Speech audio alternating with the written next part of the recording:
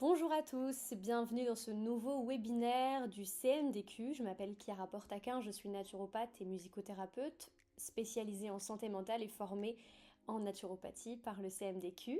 Aujourd'hui, je viens vous présenter l'épigénétique. On va parler de ce qu'est l'épigénétique et surtout pourquoi l'épigénétique peut vous aider au cours de votre pratique en tant que naturopathe, en tant que praticien de médecine douce, et quels sont les intérêts de mieux connaître l'épigénétique pour favoriser une prise en charge encore plus intégrative.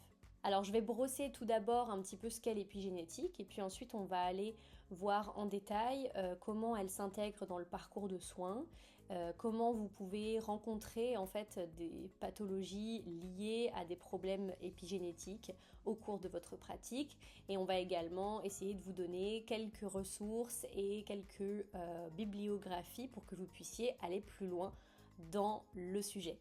L'épigénétique, c'est un mot valise qui regroupe le mot épigénèse et génétique. Et c'est une discipline de la biologie. Et cette discipline, elle étudie comment certains mécanismes peuvent modifier de manière réversible l'ADN. Donc ça, c'est la version simple de la définition de l'épigénétique.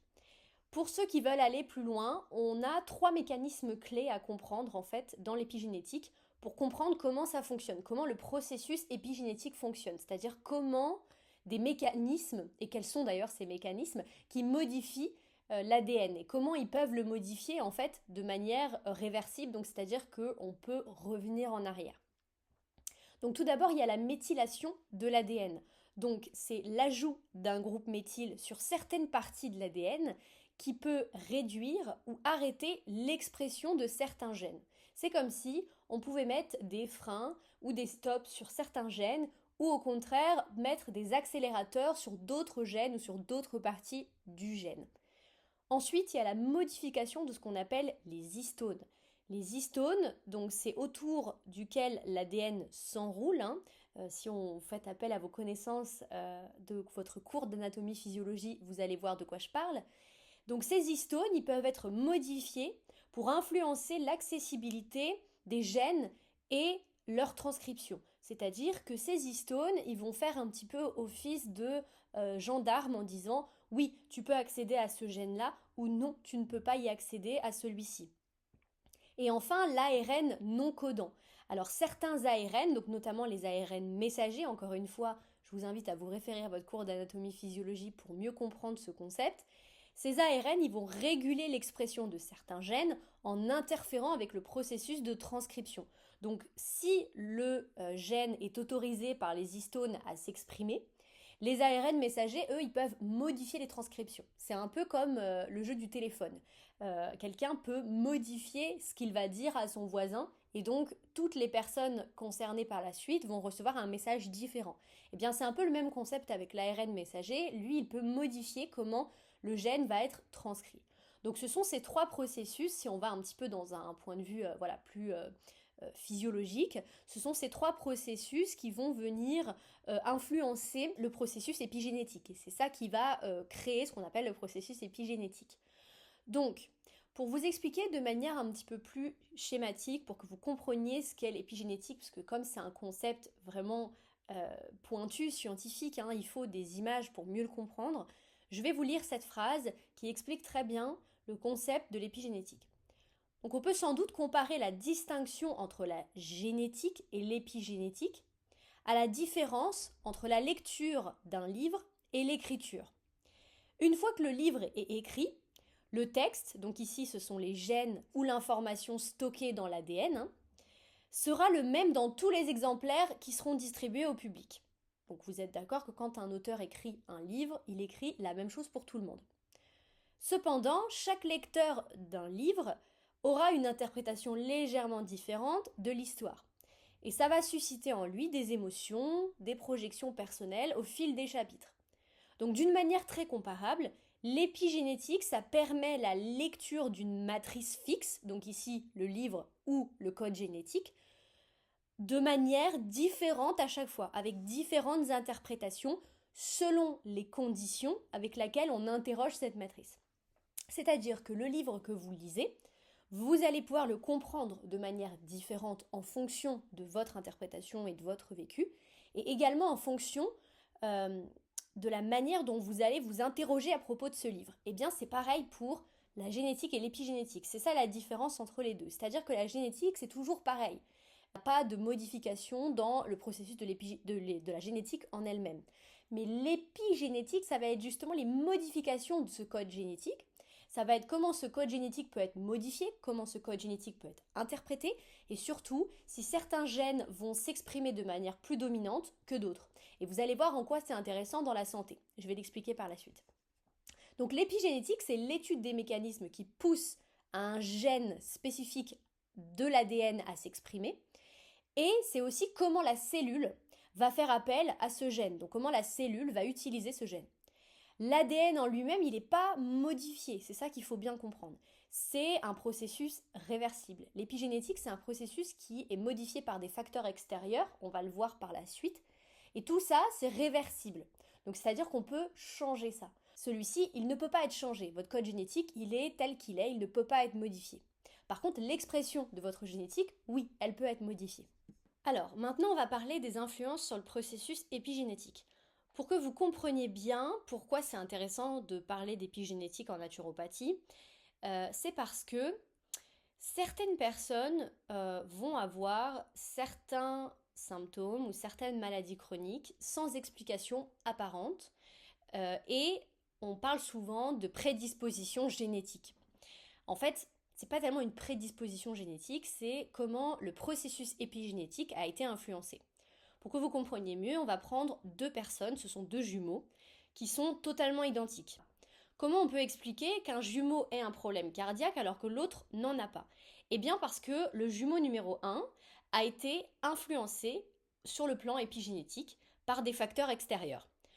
Quels sont ces facteurs? Eh bien c'est l'alimentation, l'exposition aux toxines, donc tout ce qui est les toxiques extérieurs, les polluants, le stress, l'activité physique, la qualité du sommeil et les relations sociales et émotionnelles. Tout ça, ce sont des facteurs qui peuvent influencer votre processus épigénétique, c'est-à-dire influencer votre santé.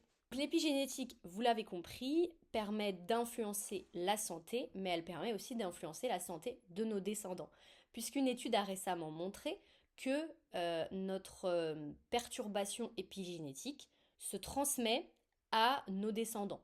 Donc, si nous, par exemple, nous cultivons une vie particulièrement stressante, particulièrement mal alimentée, avec des relations sociales qui ne sont pas satisfaisantes, avec peu d'activité physique, avec de l'exposition à des toxines. Aujourd'hui, on le sait, hein, il y a des toxines partout, dans l'eau, dans l'alimentation, bref. Si on vit ce genre de vie-là, on n'est pas forcément soi-même touché par une maladie. Les gènes vont être modifiés, notre expression épigénétique va être modifiée et donc va se transmettre à nos descendants.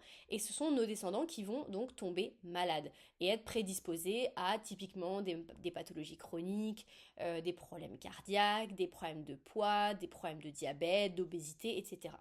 Alors ça, c'est quand même quelque chose d'assez évident. On le sait que si on a une hygiène de vie mauvaise, on va avoir plus de chances de tomber malade. Mais ce qui est vraiment intéressant, c'est que la science a été en mesure de prouver, et est toujours en train de prouver, car elle recherche beaucoup sur l'épigénétique, elle est en train de prouver en fait que notre mode de vie influence nos gènes. Et c'est ça qui est très important, parce que ça va vraiment aller nous modifier dans ce qu'il y a de plus profond chez nous, c'est-à-dire notre expression génétique. Heureusement, tout ça est réversible.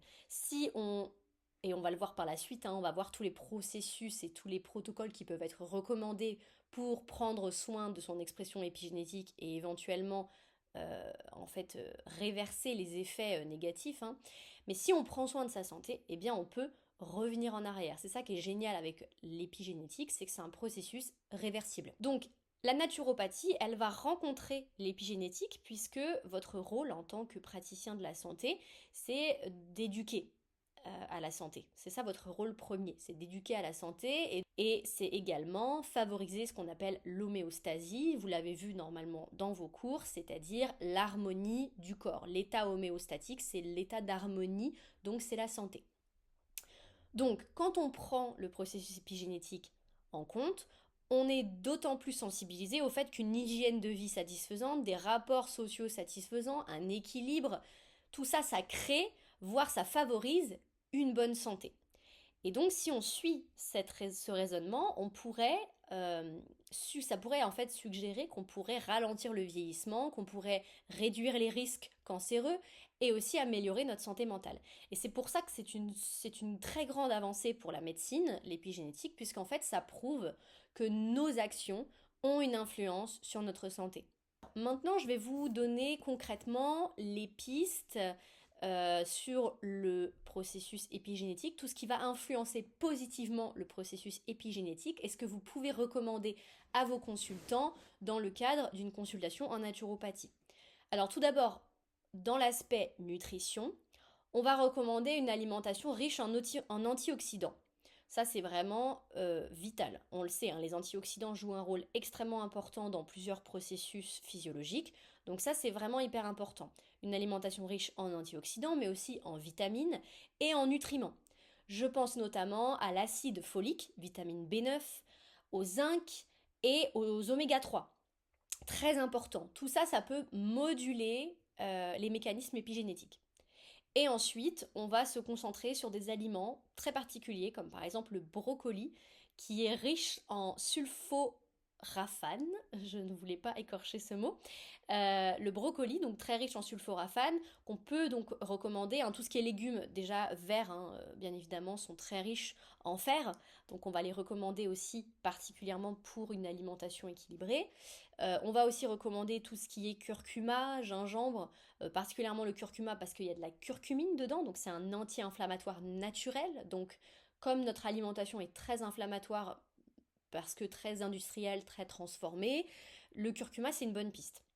Et également le curcuma, pourquoi? Parce qu'il a été reconnu pour influencer positivement la méthylation de l'ADN et ça protège contre les maladies, comme je le disais, parce que ça va venir réduire l'inflammation. Ensuite, on va parler du stress. Bien évidemment, le stress, c'est l'ennemi numéro un, vous le savez, hein.